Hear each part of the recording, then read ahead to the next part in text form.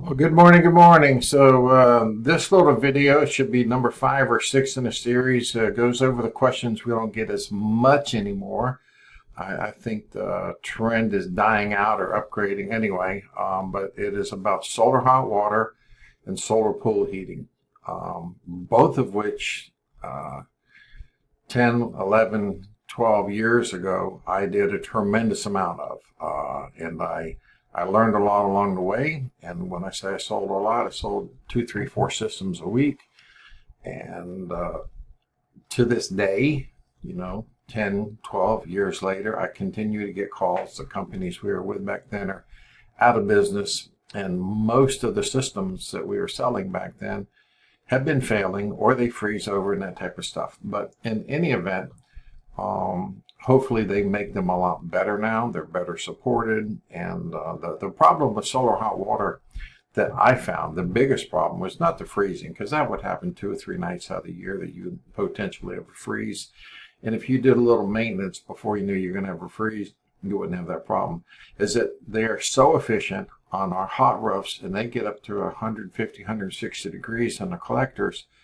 And if they have a little valve on the top of a little blow-off valve that just basically just releases the hot water up into the air, and it needs to be pointed in the air. If it's pointed down at the roof, next thing you'd have a hole in your roof and the shingles, because it would just melt them all the way down. You'd be looking at plywood. And I used to do service work, and I would go out and I would see this stuff. I'm like, who in the world did this, and point it down? And it's a simple little thing to take out of there, but that was what blew out most collectors, is they would just get so efficient. No one's home during the day, during the heat of the day, or, if no one was home using hot water, it would just get too hot. And if the blow-off valve didn't work, 2 basic kinds. One is the active, which I was just describing. And then this one right here, there's 2 different kinds of active. One is an open loop and a closed loop.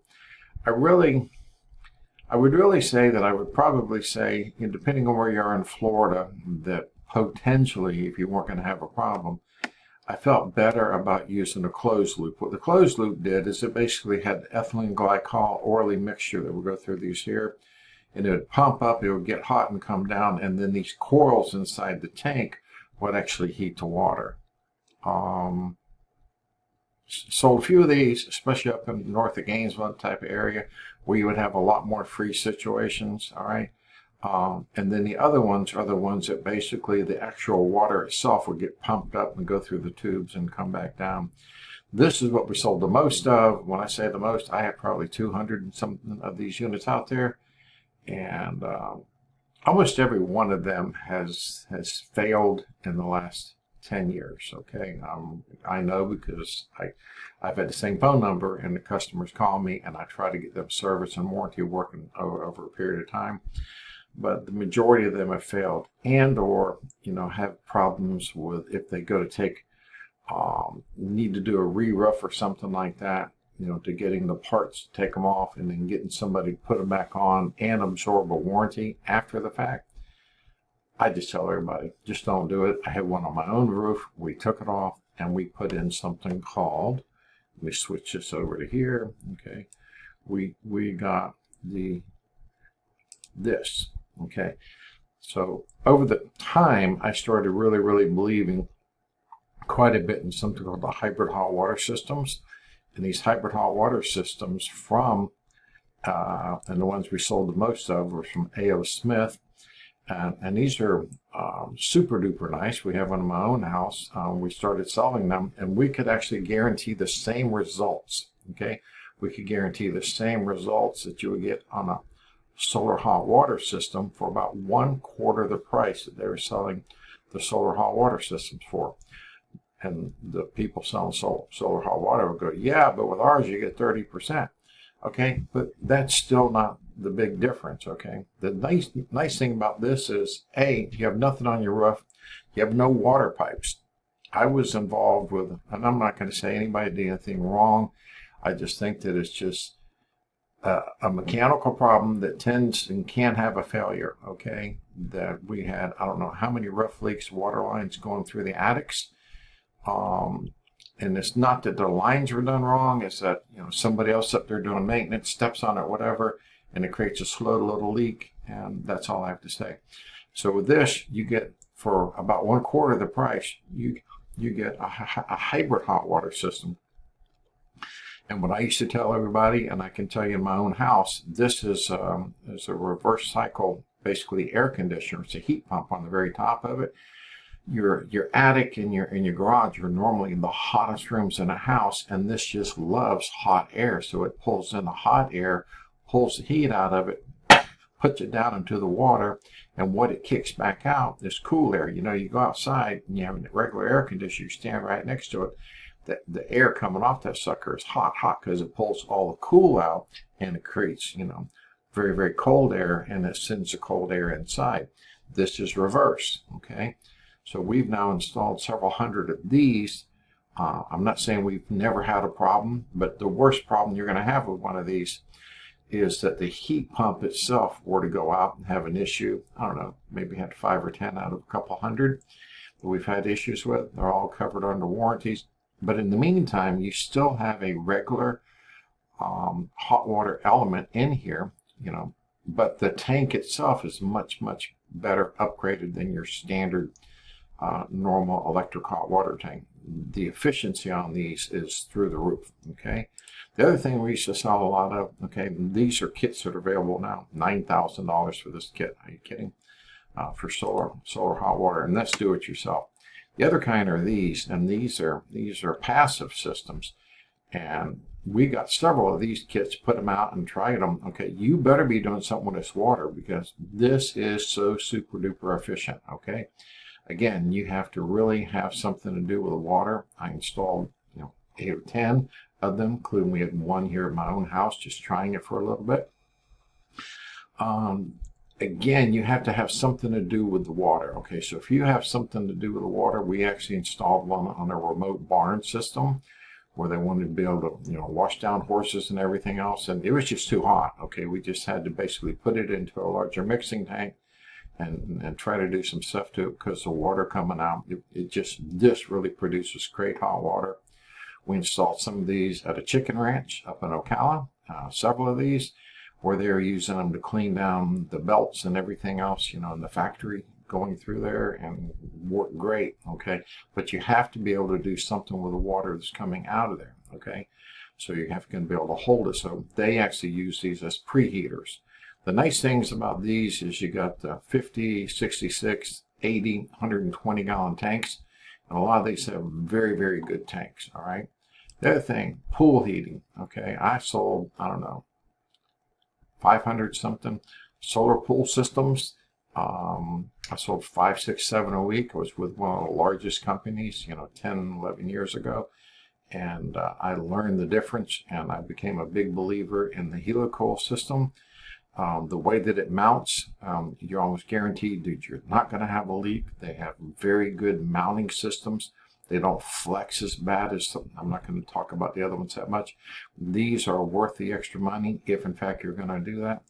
Anymore, I would just recommend to get, you know, one of the heat exchanger systems that are just so much more efficient, and they don't tie up the roof.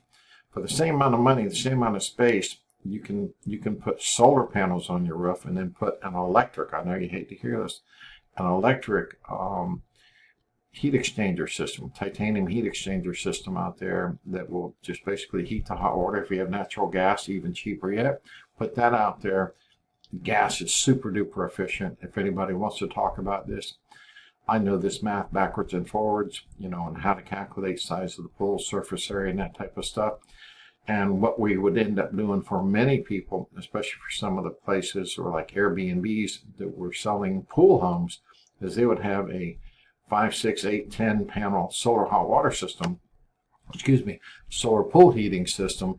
But during the winter months, as the sales rep should have told them, this system does not get hot enough. You don't have enough irradiance. The irradiance factor is not high enough November, December, January, February. Well, these are the biggest snowbird months when they got all their money, and so it would not be able to keep a pool warm those 4 to 5 months of the year. And so we would go ahead and just install an electric pool heating system, you know, to basically, this would operate as a pool preheater, and then we would put a smaller electric heater on top of there. Then they could get their money. They could keep their pool at 76 or whatever degrees they want to keep it at year round, and they get their money from those. Okay, so these are things that I know a lot about. If anybody's really interested in solar hot water, this type of stuff, pool heating, in my own house, I have this exact model, a couple of years older. I've had it several years. Works really nice. Oh, the other thing I was getting ready to tell you is this actually takes in hot air out of the garage, and what it kicks out is cooler air. Now, some people say it's air conditioned in the garage. No, it's not. It kicks out like 70-degree air, but the garage was, you know, hot summer days, it can be 120 degrees in the garage. And so it takes that in, and what it kicks out is about 70. So it's cool compared to the garage, but don't ever let anybody say that it air conditions the garage, okay? But it really does work. Now, if you're one of those homes that their hot water tank is not in the garage, then this may or may not be the best thing for you. What it doesn't tell you in here is that one of these little outlets over here, okay, is a condensate line, or you have to hook this up to like a 1/2-inch PVC or some type of line that goes outside like an air conditioner. Okay, it's reverse cycle air conditioner, basically, this unit up here. And all day long during the heat of the day when it's running, there's going to be water condensation coming out of this. Not a flow, but it's going to be drip, drip, drip, drip, drip. So you have to run a line, and you have to have a way of running a line outside, you know, for drip, drip, drip. I really, really like these. I have refused to sell solar hot water or solar pool heating systems based on what I know for years. Here's another thing that I have, okay? Here it shows how much money can you save over standard hot water heater. They're saying about $600 a year in savings. I don't disagree. I don't disagree at all, okay? This is the sticker I started using. I made this sticker up here. Can we still see it? Great. I made this sticker up here, this flyer, probably 7 years ago, because I reached the point I didn't ever, it was a rough winter and summer. It was a hot summer and a cold winter, and we just had so many phone calls for service on a company I no longer worked with, and they were calling me, and so I was just like, I don't want to sell this ever again. We didn't do anything wrong. It's just the systems were too efficient. They just got too hot. That's all. That was really what the failure rate was in almost every case. They just got too hot, and they blew up the lines, and just, I won't get into it, but I just said, I'm not going to do it anymore. And or you would get leaks, or there was time to do a roof, and then they couldn't find anyone to come out and take it off and put it back up there because they didn't want to go back up there. And anybody who knows, just, you know, you just don't want to do it. Okay, I refuse to do it or sell it anymore. But this is how I sold it. I said, okay, let's talk about efficiency. Every hot water heater sold in the United States has to have this energy guide on the side of it. Okay, and this is what the factory says that they test, that on their best day, this is the most efficient it could be. Okay, this is off the A.O. Smith hybrid hot water tank, you know, basically a picture of a screenshot of it. And this is a screenshot of the one I took out of my own house. Okay, $48.79. This was, they said, on their best day when it was brand new, this is what the average was going to use, 4,879 kilowatt hours a year. This one used 1,597. Okay, do you see the difference? Okay, 67% savings, okay, on a normal household. 67% savings, all right? So to me, it just made all the sense in the world. So you can take, if you get your A.O. Smith system put in right, you can take one of these, and just the savings alone will save you a couple of hundred kilowatt hours-ish a month. We go over that if we decide to do any solar for you. I can get them installed for you. And they also have, where'd the A.O. Smith guy go? Can bring him back over here. They also have various ones that are, this is the 50-gallon. They also have the 80-gallon. I almost put an 80-gallon in our own house. We decided, actually, they just didn't have one, and so we had a schedule, and I'm like, go ahead and install it. You know, we'd spent X amount of years with a 50-gallon regular hot water tank. And we got this. But the beauty of this is that as I say again, if you're going to, if something were to happen to this part at the top, you still have a regular hot water heater, okay? It doesn't fail on you, okay?